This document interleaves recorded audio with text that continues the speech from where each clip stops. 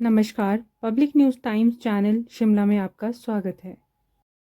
Young India के बोल season 5 Himachal Pradesh युवा कांग्रेस प्रतियोगिता का फाइनल प्रोग्राम आज 25 फरवरी को हिमाचल प्रदेश कांग्रेस कमेटी मुख्यालय राजीव भवन शिमला में आयोजित किया गया। अखिल भारतीय कांग्रेस कमेटी के सचिव आलोक शर्मा ने केंद्र सरकार पर निशाना साधा और कहा कि युवाओं को 2 करोड़ नौकरी देने का केंद्र सरकार ने वादा किया था, जिसे पूरा नहीं किया गया। युवाओं को केंद्र की सरकार ने धोखा दिया है। देश और प्रदेश में युवाओं में नशा बड़ी तेजी से फैलता जा रहा है। हिमाचल प्रदेश में भी युवा नशे की दलदल में फंसते जा रहे हैं। केंद्र सरकार ने आपदा में हिमाचल प्रदेश को मदद नहीं की, जिसके चलते प्रदेश को आर्थिक तौर पर बड़ा नुकसान हुआ है, जिसका असर रोजगार पर भी पड़ा है। यूथ कांग्रेस ने देश भर में नशे के खिलाफ मुहिम छेड़ी है। नौकरी दो, नशा नहीं अभियान शुरू किया गया और नशे को लेकर युवाओं में जागरूकता पैदा की जा रही है।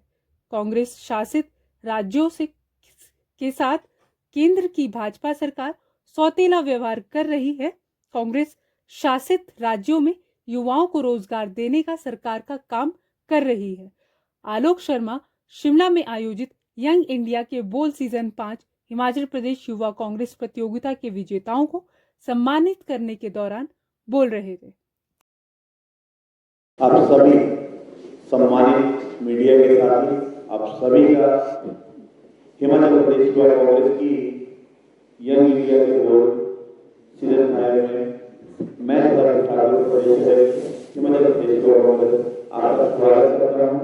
मेरे साथ मंच पर उपस्थित ऑल इंडिया कांग्रेस कमेटी के secretary, all India Congress committee के स्पोर्ट्स इंचार्ज जनाब Shri Alok Sharma ji, AICC sports person Shri Govind Pande जी,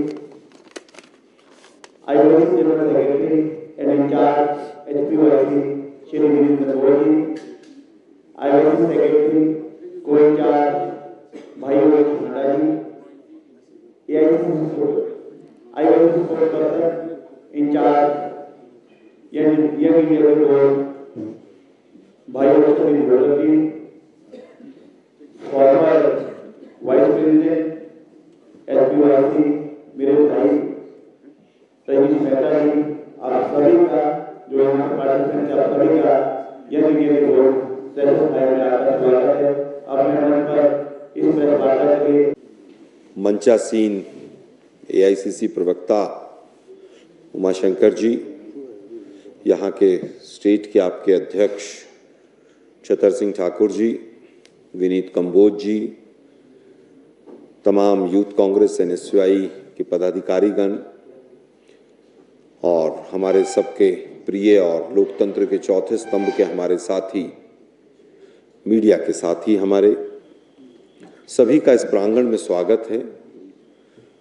साथियों, जैसा कि हमारे प्रदेश अध्यक्ष यूथ कांग्रेस के हमारे छोटे भाई ने एक ब्रीफ में बताया कि यूथ कांग्रेस पूरे देश भर में नई प्रतिभाओं के चयन के लिए, उनको आगे लाने के लिए, जो भी करंट के हमारी समस्याएं और विषय हैं, खास तौर पर जो राष्ट्रव्यापी युवाओं से जुड़ी हुई समस्याएं हैं, उनसे संबंधित विचार गोष्ठी और वक्तव्य का हम काम करते हैं। आज उसी दिशा में हिमाचल प्रदेश इस देवभूमि के विभिन्न क्षेत्रों से आए हुए तमाम प्रतियोगियों ने सुबह से अभी तक हिस्सा लिया। उस प्रतियोगिता में सबको बोलने का मौका मिला। आईवाईसी का एक जो मुख्य प्रोग्राम चल रहा है कि नौकरी दो, नशा नहीं, इसी के ऊपर आज का वक्तव्य पूरा आधारित था। और मुझे बहुत खुशी है ये बताते हुए कि हमारे जो युवा साथी हैं वो न केवल हिमाचल से संबंधित बल्कि राष्ट्रव्यापी जो समस्याएं हैं उनसे संबंधित तमाम चीज़ों से भली भांति परिचित हैं। जिस तरह के वक्तव्य इन्होंने दिए, जिस तरह के आंकड़े अपने वक्तव्यों में प्रस्तुत किए, उससे पता चलता है कि वो पूरी तरह से इस समस्या से वाकिफ हैं। यूथ कांग्रेस को ये प्रोग्राम क्यों लॉन्च करना पड़ा, ये विषय क्यों लेना पड़ा, ये किसी से छुपा हुआ नहीं।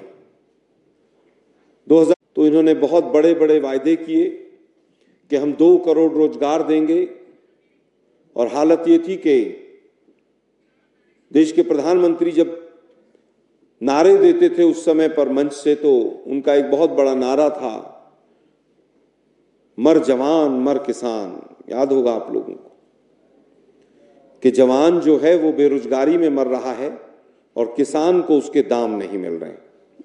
लेकिन दुर्भाग्य ये है कि आज 45 से 50 वर्षों की बेरोजगारी दर हाईएस्ट है देश के अंदर।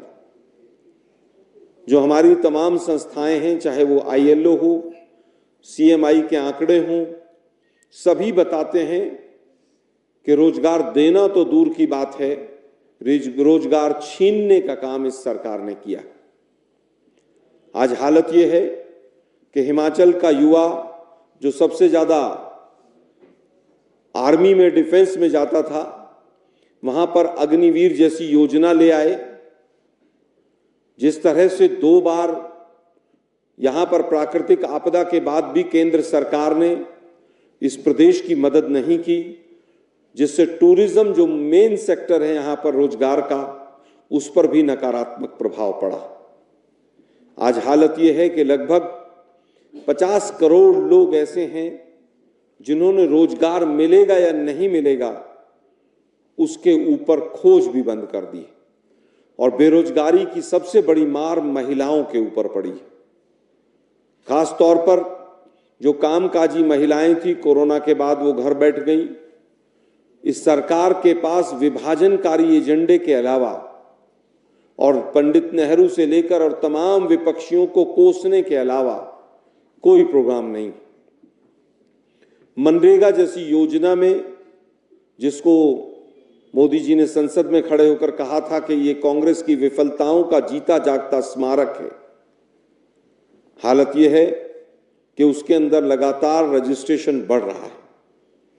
MSMEs बंद हो रही, स्किल डेवलपमेंट के तमाम प्रोग्राम बंद हो रहे हैं।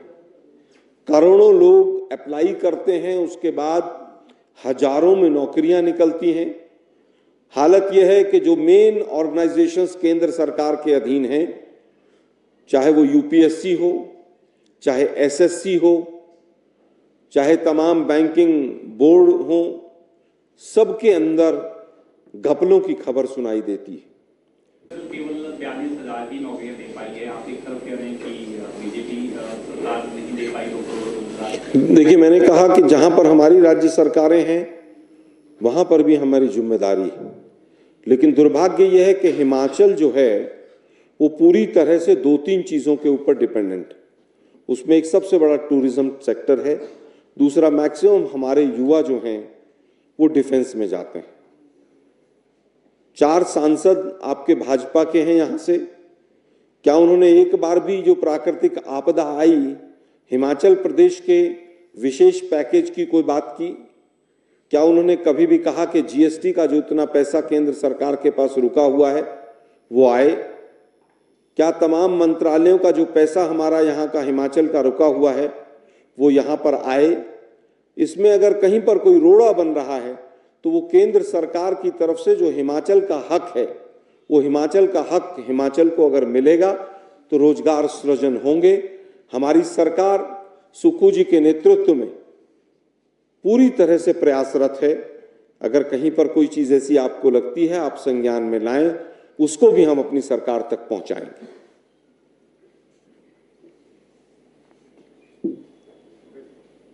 PSC का चेयरमैन गलत रिक्रूटमेंट करते हुए पकड़ा जाता है और 15 दिन में रिजाइन देकर भाग जाता है। जिन स्टार्टअप्स की बात मोदी जी करते हैं उनमें लगातार स्टार्टअप्स बंद होते चले जा रहे हैं।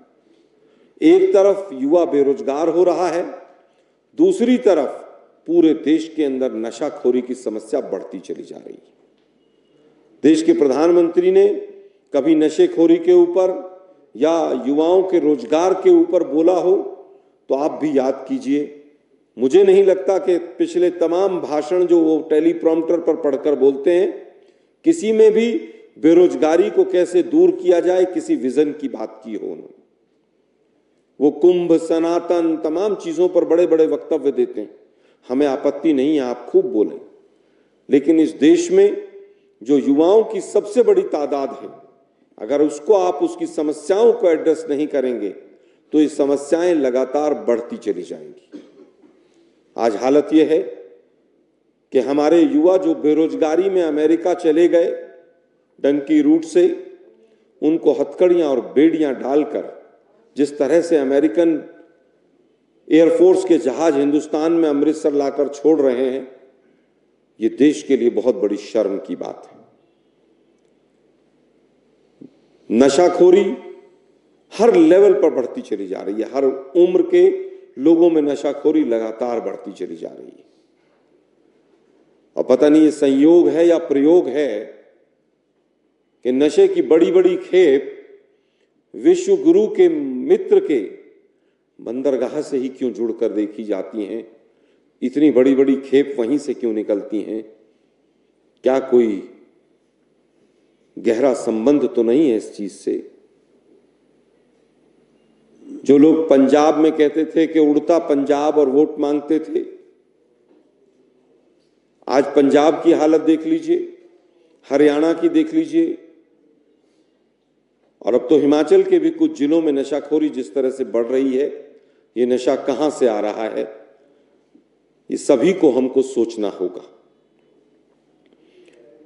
भारतीय युवा कांग्रेस ने रोजगार और नशे के ऊपर पूरे देश में एक जागरण पूरा फैलाया हुआ है कि युवाओं को इसके साथ जोड़ा जाए ताकि वो नशे से दूर हों। हमारी जहां सरकारें हैं, हमारी भी जिम्मेदारी, हम उससे पीछे नहीं हटना चाहते। दुर्भाग्य ये है कि चाहे पेपर लीक का मामला हो, चाहे नशाखोरी का मामला हो, चाहे एसएससी और यूपीएससी के गबन के मामले हों, सब में कहीं ना कहीं भाजपा और उनसे पोषित अधिकारियों का सीधा सीधा जुड़ाव देखने को मिलता है।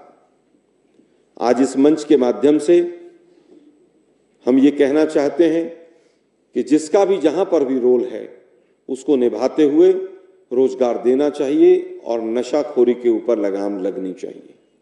धन्यवाद। रोजाना ताज़ा खबरों के लिए जुड़े रहें public news times channel Shimla के साथ। सभी सोशल मीडिया प्लेटफॉर्म पर हमारे चैनल को लाइक, शेयर और सब्सक्राइब करें।